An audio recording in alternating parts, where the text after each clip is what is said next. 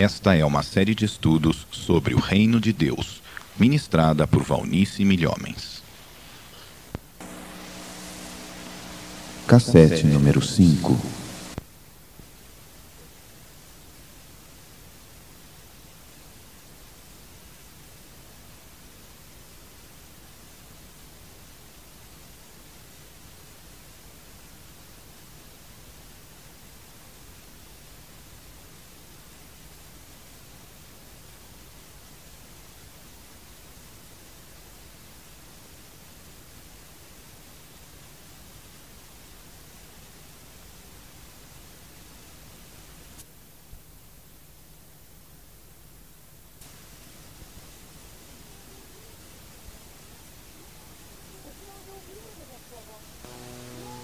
E se hoje ouvirdes a sua voz, não endureçais os vossos corações, mas ouvi a voz mansa, ouvi a voz de amor, ouvi a voz de oferta do Mestre. Eis que eu estou à porta e bato. Se alguém ouvir a minha voz e abrir a porta, entrarei em sua casa, cearei com ele e ele comigo. Jesus bate agora a porta da sua vida, a porta do seu coração. Mova-se, saia do seu lugar, destranque a porta do seu coração e diga: Jesus, entra, entra. E quando ele entra na sua plenitude, com sua vida, com seu poder, com sua graça e com tudo quanto ele é e tem. E que glória, um encontro com Jesus. Aleluia, aleluia. Diga: eu quero mudar. Levante a mão para ele e diga: Jesus, eu quero mudar. Eu me arrependo dos meus pecados. Eu me arrependo da minha indiferença, de viver longe de ti. E eu digo: venho a ti, sem reservas, para sempre. Aleluia. Glória a Jesus. Como Deus é bom. Como Deus é bom. Mas prossigamos para o capítulo 26 ainda do livro de Atos. Capítulo 26, no versículo 20. Paulo está dizendo qual foi o coração da sua pregação. E ele diz: anunciei primeiramente aos que estão em Damasco, depois em Jerusalém e por toda a terra da Judeia, e também aos gentios, que se arrependessem e se convertessem a Deus, praticando obras dignas de arrependimento. Obras dignas de arrependimento. Se nesta noite você diz: eu me arrependo, eu me volto para Jesus, é preciso você provar pelas mudanças. O que você faz no mundo lá fora? Fora da comunhão dos santos. Quantos às vezes até querem seguir a Jesus, mas não querem ser agregados à sua igreja. Notai que Pedro declara: arrependei-vos e cada um de vós seja batizado. Arrependei-vos e cada um de vós receba o selo exterior, o símbolo exterior de uma mudança interior. O que implica em que você vai se identificar com uma célula do reino de Deus, que é a igreja local. Mude hábitos. E meus amados, a doutrina fundamental, a primeira doutrina básica do cristianismo é o arrependimento. Em Hebreus, no capítulo 6, no versículo 1, o escritor, falando sobre aquilo que ele chama rudimentos da fé. O primeiro rudimento ele chama de arrependimento de obras mortas e fé em Deus. Aqui está a base: arrependimento de obras mortas. As nossas obras não nos levam a Deus. As nossas obras têm que ser consequência da nossa vida com Deus. Mas a Escritura declara que os nossos melhores atos de justiça são como trapos de imundícia. Não tem valor. E nós temos que nos arrepender das coisas que temos praticado neste corpo, dos pensamentos que temos abrigado em nossa mente, dos sentimentos agasalhados em nossas emoções, das decisões erradas, de uma vontade inconstante. Temos que nos arrepender das práticas pecaminosas através dos membros do nosso corpo. Temos que nos arrepender da nossa indiferença, da nossa falta de conhecimento da palavra, da nossa falta de humildade, de amor, de simplicidade, de honestidade, de temor de Deus. As obras, amados, que temos praticado com este corpo, com esta mente, com estes sentimentos, tantas vezes estão tão distantes de Deus, e precisamos nos arrepender, pois esta é a base da vida cristã. É o arrependimento que nos leva a uma fé mais profunda. O arrependimento e a fé, como já dissemos, caminham de mãos dadas. E através do arrependimento nós vamos conhecer o Pai. O que é arrependimento? Existem muitas pessoas que lamentam o erro, sim, mas porque são apanhados em falta. Um ladrão, por exemplo, de repente ele é apanhado e ele fica triste, ele chora, ele lamenta. Isso não é arrependimento, porque o seu lamento é apenas porque foi descoberto. Arrependimento não é um lamento só pelas consequências, mas é um lamento pela falta em si, pelo pecado em si.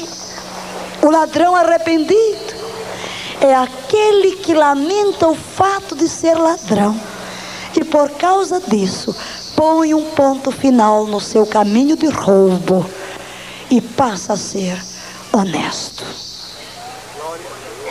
Um assassino que é descoberto pela polícia, ele é preso. Ele diz: eu estou arrependido. Mas muitas vezes não existe arrependimento ali. Ele está lamentando só porque foi descoberto.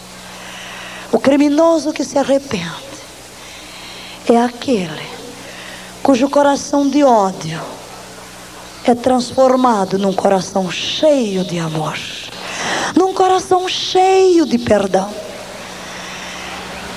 Uma esposa ou um esposo que de repente são descobertos em adultério, lamentam, envergonham-se diante da sociedade. Isso não é arrependimento, porque se não fossem descobertos, eles estariam vivendo em paz com o pecado. O arrependimento é aquele quando a pessoa envolvida no adultério pede perdão, emenda os seus caminhos e se torna fiel a qualquer prova. Há na Bíblia um caso que ilustra a diferença entre o arrependimento e o remorso. É o caso do apóstolo Pedro e de Judas Iscariotes.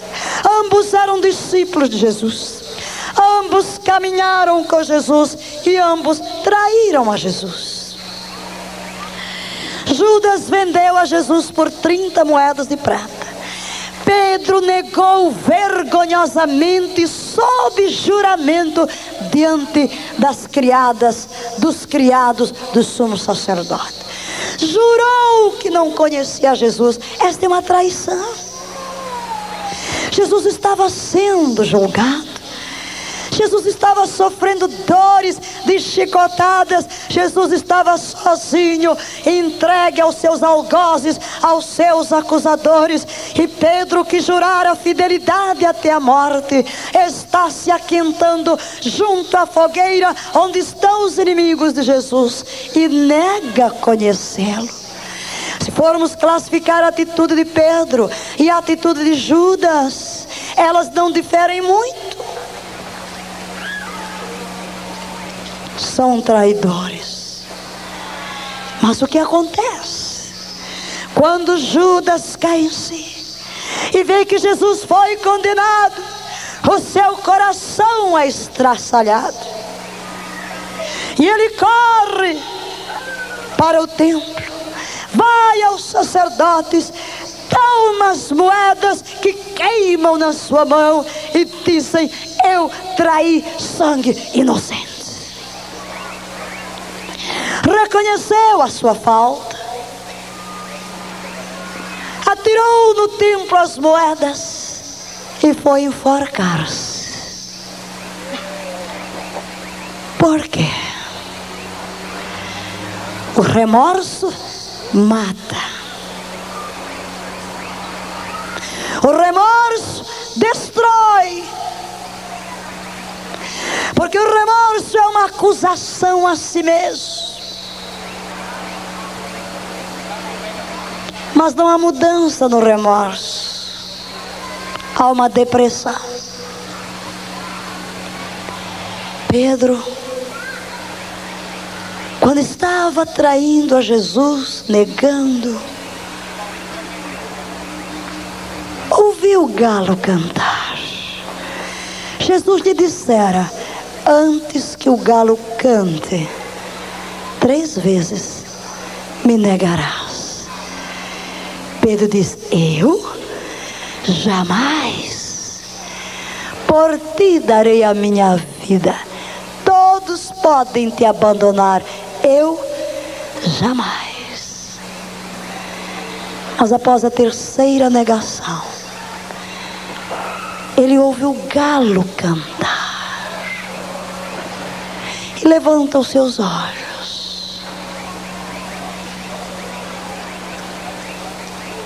Ele cruza o olhar com o olhar de Jesus.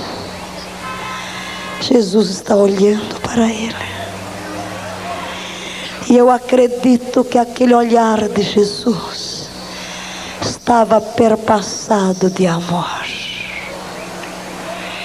E quando ele olhou para Jesus, a Bíblia diz que ele caiu em si. Ele lembrou-se das palavras de Jesus e saiu daquele lugar e chorou amargamente.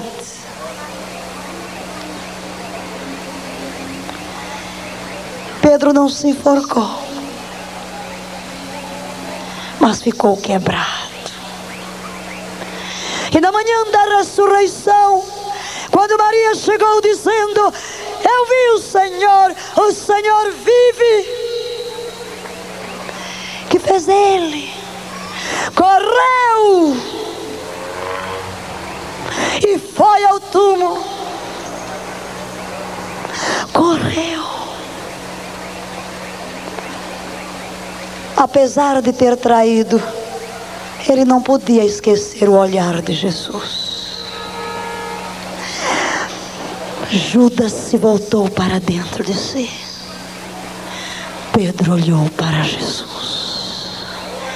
E aqui está a primeira diferença entre o remorso e o arrependimento. No remorso, você olha para dentro de si, você entra em depressão, você está envergonhado, você não se perdoa porque o seu orgulho foi ferido. Mas no arrependimento, você olha para Jesus.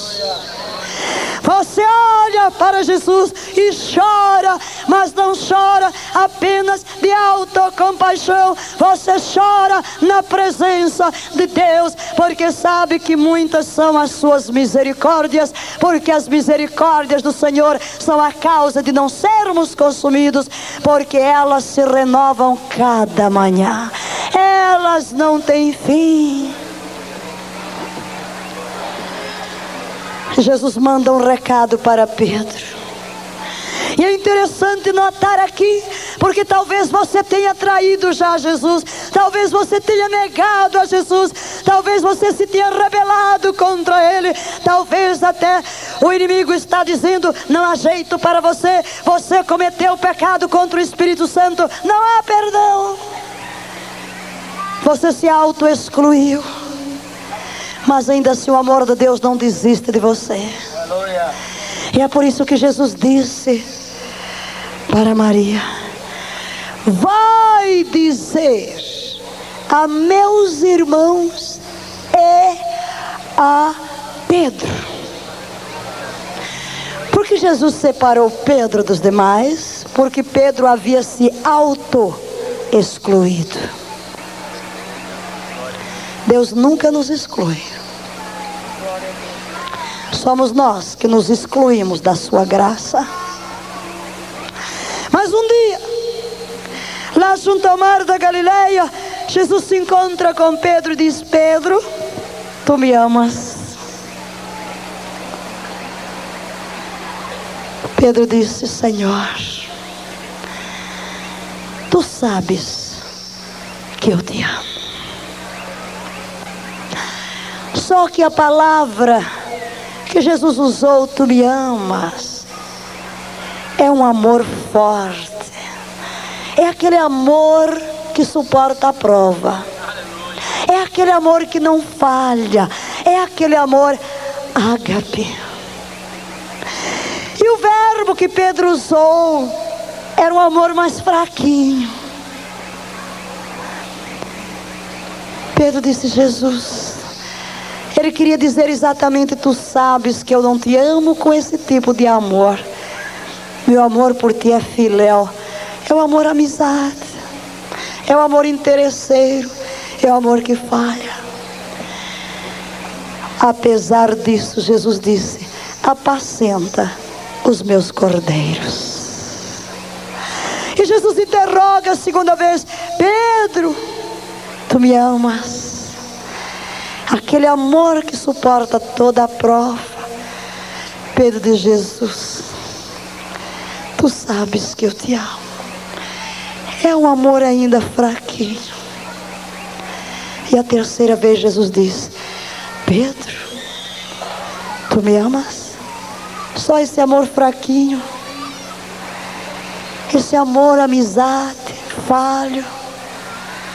E a Bíblia diz: Pedro se entristeceu.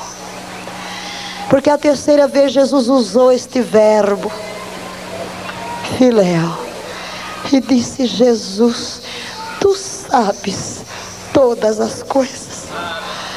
Tu sabes que o meu amor é assim falho.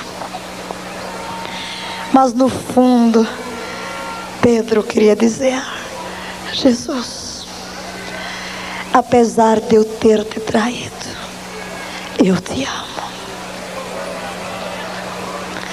E Jesus disse: apacenta os meus cordeiros. E Jesus profetiza. E de fato, Pedro foi restaurado. E você vai perguntar, Valnice, por que Jesus perguntou a Pedro 3 vezes? Jesus estava dando a Pedro uma chance de quebrar sua autoexclusão do grupo dos discípulos. Como por 3 vezes ele se auto-excluiu, Jesus lhe deu uma chance de por 3 vezes se auto-incluir, ser restaurado, de tal maneira que o seu passado não teria mais influência sobre ele. Isto é arrependimento. Isto é arrependimento. É uma volta, é uma mudança, é uma restauração. E Pedro, de fato, amou a Jesus. Amor ágape, amor agapau, o amor que tudo dá, o amor que tudo sofre, o amor que tudo crê, o amor que tudo espera, o amor que tudo suporta. E é por causa disso que ele deu a sua própria vida para pregar o evangelho. E a história nos conta que no fim da sua vida, quando ele ia ser martirizado, iam crucificá-lo, ele disse: disse: eu não sou digno de morrer na mesma posição em que morreu meu Senhor. Crucifiquem-me de cabeça para baixo. Deu a vida, porque se arrependeu. Judas perdeu-se, mas Pedro foi restaurado, porque se arrependeu. Há perdão para você. Há perdão para você. Onde abundou o pecado, diz Paulo, superabundou a graça. Temos outro exemplo no Novo Testamento do que significa o perdão. Jesus conta a parábola de um filho pródigo que ausentou-se da casa do seu pai e desperdiçou sua fazenda, vivendo dissolutamente como meretrizes. Mas depois o dinheiro acabou-se e ele não tinha o que comer. Terminou comendo as bolotas que os porcos comiam. Mas de repente, diz a Bíblia, caiu em si. Caiu em si. O arrependimento implica em cair em si. O que eu estou fazendo? E ele disse para si mesmo: quantos empregados do meu pai têm abundância de pão e eu aqui pereço de fome? Levantar-me-ei. Levantar-me-ei. Está aqui. Arrependimento implica em ação. Arrependimento implica em mudança. Vou me levantar e irei ter com meu pai. Eu enceto o caminho de volta para o pai e dir-lhe-ei: Pai, pequei contra o céu e perante ti já não sou digno de ser chamado teu filho, mas trata-me como um dos teus empregados. Onde você está hoje? Por que viver na luta da acusação e do pecado? Levante-se, volte para a casa do Pai. Não tenha medo. Quanto Satanás prende tanto, martelando na sua cabeça, açoitando o seu pensamento, açoitando os seus sentimentos, jogando em seu rosto seus próprios pecados, dizendo: não tem jeito para você. Não é verdade. O texto diz que quando aquele filho vinha, o pai ainda de longe levanta-se e vai ao encontro do filho e o abraça e o beija e diz: este meu filho estava morto e reviveu, estava perdido e foi achado. E logo atira o manto sobre ele e coloca o anel que o identifica como filho de pleno direito e chama a todos: comamos, regozijemo-nos, alegremo-nos agora. O pai está sempre de braços escancarados para receber o filho que foi embora. Você que se desviou, você que um dia disse: Jesus, eu te seguirei, e voltou atrás. Você que nunca disse que o seguiria e sempre veio longe de Deus. O Pai se move ao seu encontro. Vem. Vem.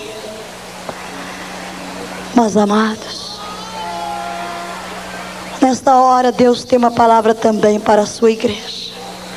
Jesus Cristo está às portas. É no recado que Ele manda para a sua igreja. E nós vamos abrir Apocalipse no capítulo 2. Ele envia uma mensagem.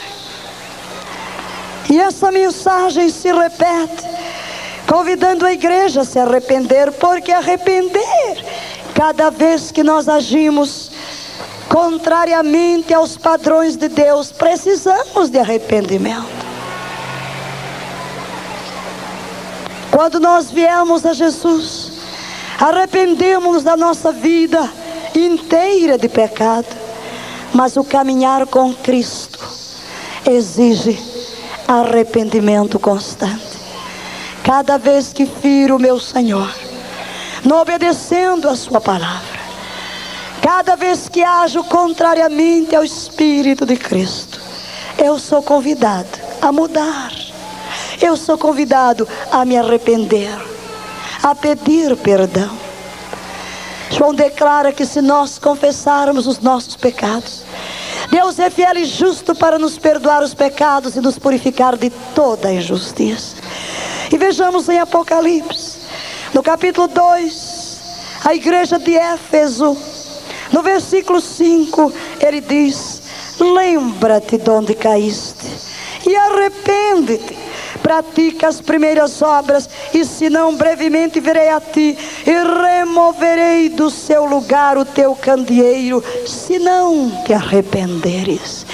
E qual é a causa de arrependimento? O amor frio. Jesus diz à igreja de Éfeso, e ele diz a tantos de nós: tenho uma coisa contra ti, abandonaste o teu primeiro amor. O que é o primeiro amor?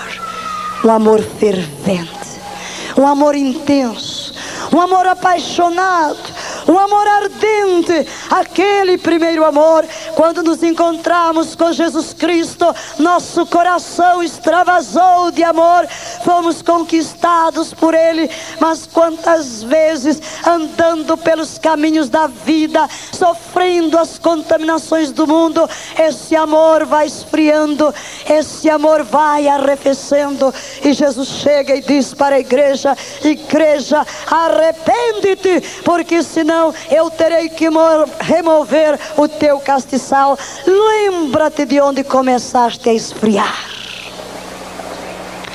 e arrepende-te.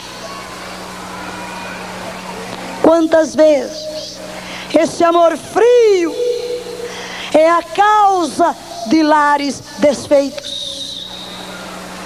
Nós podemos olhar para muitos casais e ver um paralelo no relacionamento com Jesus Cristo. Nos dias de namoro, nos dias de noivado, há o interesse, muita comunhão, muita conversa, muita confissão de amor. Mas no passar dos dias, menos conversa, menos declaração de amor, menos interesse, menos tempo juntos, e o amor vai se esfriando, e uma parede de separação vai se construindo, e quantos findam em divórcio. O mesmo acontece no relacionamento com Deus. Quantos lentamente já não conversam tanto com Ele, já não vão tanto aos cultos, já não gastam tantas horas estudando a palavra, e o amor vai esfriando. E Jesus diz: arrepende-te, arrepende-te, arrepende-te. O que aconteceria com o noivo que, ao aproximar-se o casamento, verificasse que a sua noiva estava esfriando do seu amor? Agora eu pergunto: o que acontece com Jesus? Pois à medida que os dias se passam, mais próximos estamos das bodas do Cordeiro.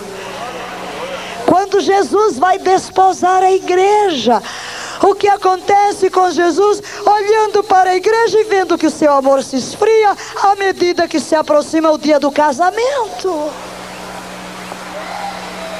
Arrepende-te. Arrepende-te da tua frieza. Arrepende-te da tua falta de amor. Porque ninguém te amou tanto como Ele te amou. Deu a sua própria vida, e tudo que é dele é teu. Mas ainda dentro dessas cartas, a igreja de Pérgamo, no versículo 16, ele diz: arrepende-te, ou senão virei a ti em breve, e contra eles batalharei com a espada da minha boca. E qual é o problema que Jesus tem, que chama esta igreja o arrependimento? Falsas doutrinas.